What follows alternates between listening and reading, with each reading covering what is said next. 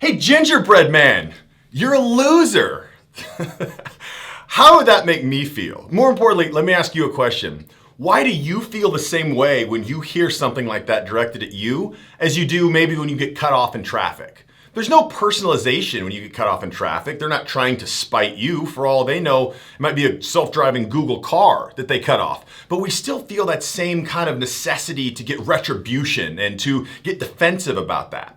Well, the reason I bring this up is because today I'm going to teach you a little secret. It's a way to correctly perceive an instance that occurs quite often that most people get horribly wrong. And to take it a little bit further, I'm actually going to teach you a way to maybe misconstrue it a little bit, but in your favor, that's going to make you come off very, very well. I'm Barron Cruz, and welcome to the Charisma Matrix.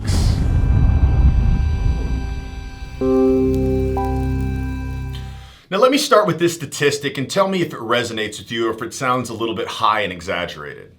I'm willing to guess that 70+% of the time that you feel like people that you don't know very well are being rude to you, they're actually just being shy. It's nothing intentional to you. They're not trying to spite you. They're just shy in that instance, and it's so often is misconstrued as someone being rude to you. Now, when we misinterpret this the way that most people do, not only are we getting it wrong, but we're adding fuel to the fire, because this shy person who already is timid and uncomfortable with whatever is going on in the situation or the introduction with you, now we're going to come back and try to spite them a little bit by being rude to them to try to get even.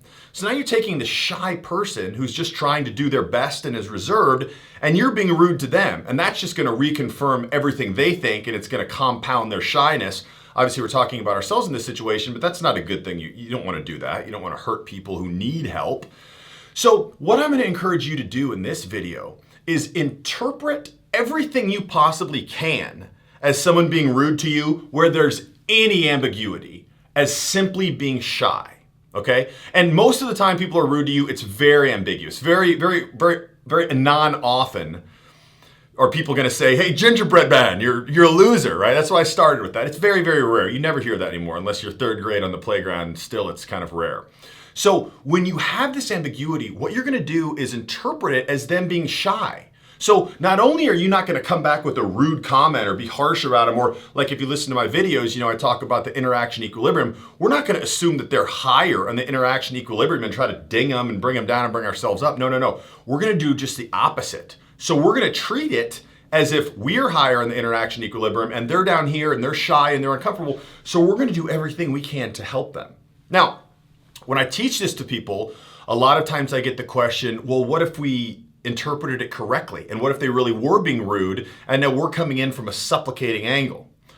Good question. But if you look at it at a deeper level, even if they were being rude to you, and you come off as genuinely empathetic, you're coming off as very strong. You're not coming off as supplicating.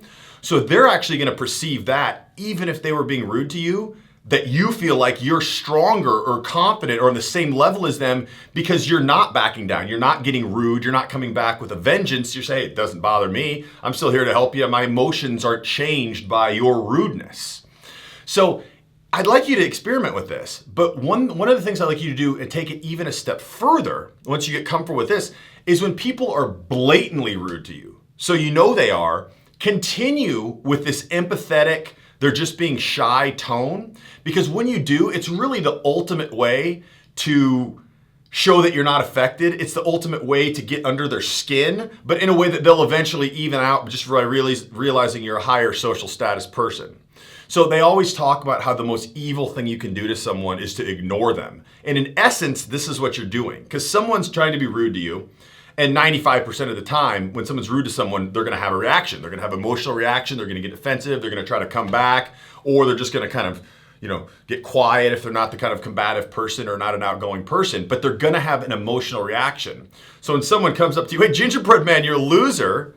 And you have a million different comebacks like I talk about in my bro tries to bully Barron in the bar video. That's cool. But you don't even need, if you just have zero reaction to it, it's almost like the best comeback you can have because you're just showing who are they? It has no impact on you. They're trying their best. They're getting their effort out there to try to make you look bad. It has no impact on you. It just doesn't resonate with you. And that's something that's a really powerful way to handle it. Now let me talk to you about a little glitch within the human wiring that we need to be aware of that's going to help us in our perception or our accurate perception of things. Say you're at a restaurant and you're waiting to be seated at the hostess booth, and a guy walks by you, he's on his way to the restroom, he bumps into you kind of on accident, it's a tight place, he says, "Oh, nice coat, man." As humans, we're going to perceive that in the same way that someone who we've been friends with for 30 years says, "Barron, I've known you for 30 years. I just figured it out. You are a jerk. You really don't have much going for you. I don't really like you. I actually feel like I've wasted most of the time that I've spent with you over the last 30 years because you don't have much going for you. We don't have much similar. You're not a good person." For some reason, we're wired to interpret and feel the same way about both of those things. But let's look at the first. This guy, what's his motive? Immediately we're assuming it's all about us. Oh, he hates me, he saw me from across the restaurant, he knows me, he's bumping into me because he's trying to prove a point. No, what's really his motive? Obviously there's something going on in his life. His date's going poorly, his father's sick in the hospital, his job isn't getting growing the way he hoped, his business isn't as successful as he wants. He's got a problem. That's keeping him in that negative headspace. He bumps you, he says something to say, has nothing to do with you, but how quickly we assign these negative things a very personal meaning. It's not personal. So what we need to do when we get that reaction, when someone bumps into us or someone is rude to us, and actually for sure they are rude, it's not an ambiguous situation. We need to think, is this really about me? Think of the car situation. This guy might as well be cutting off a Google self-driving car. He might as well be bumping into some animatronic at the Showbiz Pizza, the Chuck E. Cheese guy. He doesn't care. He's going to say the same thing. So think about how I always talk about going back and kind of framing the situation to a more accurate way, because what that's going to do is once you keep going back, say you've done that 10 times, you're immediately just going to think of it that way. So you're not going to be stricken with that kind of panic anxiety of someone's harming you or someone's trying to wrong you. You're just thinking, oh, he's having a tough day, whatever.